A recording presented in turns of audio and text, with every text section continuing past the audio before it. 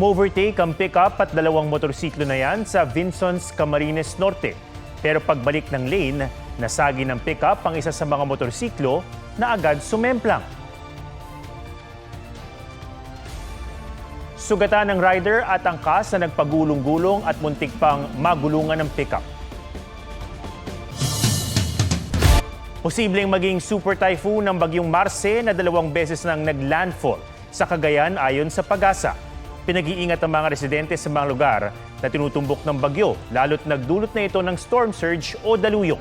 May report si Salima Refran. Sumisipol ang napakalakas na hangin sa Gonzaga, Cagayan. Nagdulot ito ng takot sa mga residente. Mahigit 1,000 individual ang kinailangang lumikas.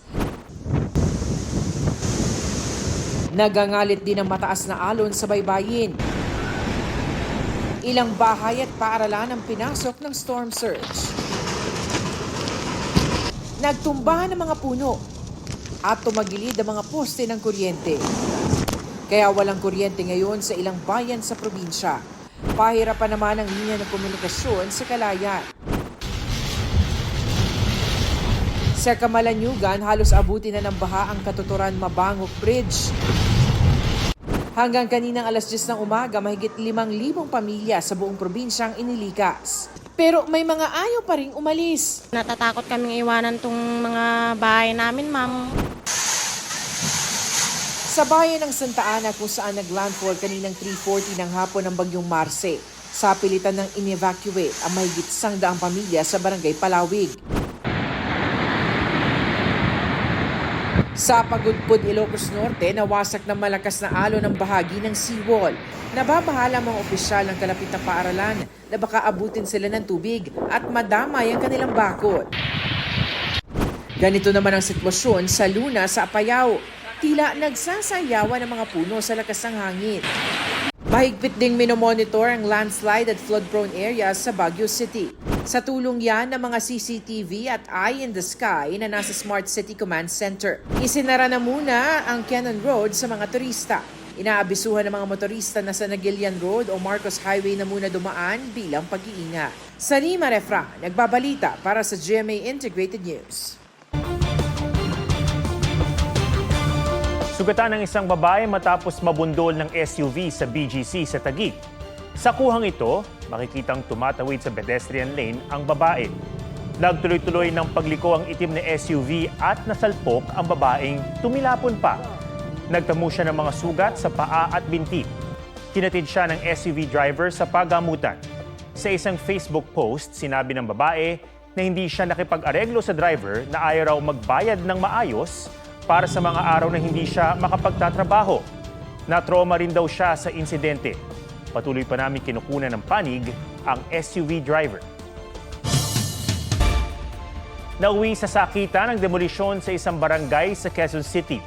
Na-demolish rin daw ang ilang bahay na di naman dapat kasama sa mga gigibain. May report si Glenn Huego ng Super Radyo DZBB.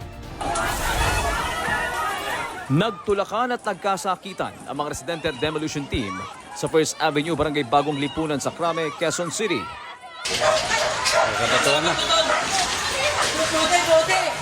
Makikitang nagtakbuhan ang ilang residente. Maya-maya pa, ang lalaking ito, hawak ang likod ng kanyang ulo, sugatan na pala siya.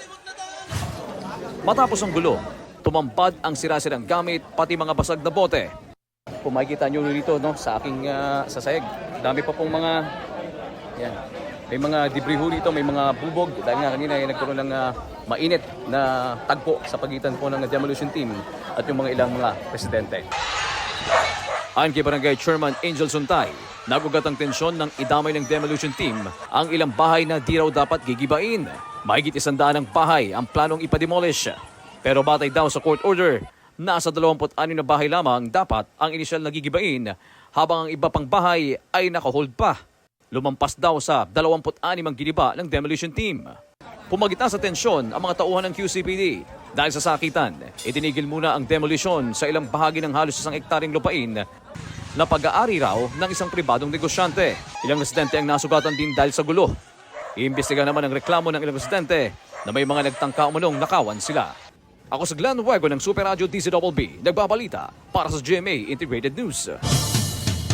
Plano ng Department of Transportation na bawasan ang mga iniisyong protocol plate sa mga opisyal ng gobyerno. Kasunod yan ng pagpasok sa EDSA bus carousel ng isang luxury vehicle na may pekeng protocol plate 7 na pang-senador kahit bawat. Ayon kay Transportation Secretary Jaime Bautista, may 2 protocol plate na iniisyu ang LTO o Land Transportation Office kada senador. Sa investigasyon ng LTO, nakarehistro ang SUV sa kumpanyang Orient Pacific Corporation na pinamumuhunanan o pinamumunuan ni Kenneth Tan Gatchalian, kapatid ni Senator Win Gatchalian. Tumanging sumagot ang senador kung sa kapatid nga niya ang sasakyan, sabay sabing hayaan na lang sa LTO ang issue. Pero sa isang pahayag, sinabi niyang hindi niya kinukonsinti ang ginawang traffic violation ng kumpanya. Tinawag ni dating Police Colonel Eduardo Asierto si dating Pangulong Rodrigo Duterte na protektor ni dating Economic Advisor Michael Yang at Alan Lim na iniuugnay sa droga.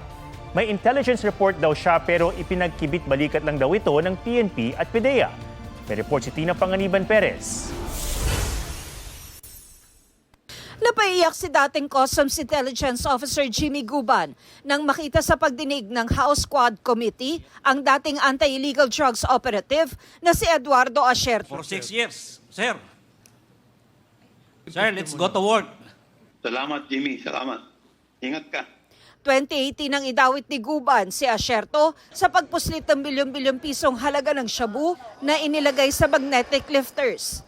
Kalaunan sinabi ni Guban na napilitan lang siyang ituro si Asierto sa takot kina Davao Congressman Pulong Duterte at Attorney Man Scarpio, asawa ni Vice President Sara Duterte. Pati na rin umano kay dating Economic Advisor Michael Yang na talaga umanong may kinalaban sa pagpuslit ng droga. Ilan ang namatay? Dahil po dyan sa Davao Mafia and their purpose to save the Queen in order to become the next president. Hindi tinukoy ni Guban kung sino-sino ang mga miyembro ng Davao Mafia at kung sino ang sinasabi niyang reyna. Imbitado sina Guban at Asierto sa pagdinig ng Quadcom ukol sa Duterte drug war. Ayon kay Asierto, dati pa siyang may impormasyong sangkot sa droga si Yang at kanyang kasosyo na si Alan Lim. Isinumita raw niya ang kanyang intelligence report sa PNP at PDEA pero hindi ito pinansin. Nadiskubre namin yung proteksyon na ibinigay ni Pangulong Duterte sa 2 drug personalities na si Michael Yang at si Alan Lim. Hindi nila ma-dispute yung aking report. Ang ginawa nila is siniraan ako at yung team ko. Yung isang kasamahan ko na gumawa ng report, binukot at ang isa ay binaril, namatay. During that time, Mr. Chair, walang Michael Yang eh. Ang alam ko lang na sinabi ni Colonel Asierto is Johnson Chua, which is both. Talagang subject namin dalawa yon. But there was no Michael Yang during that time.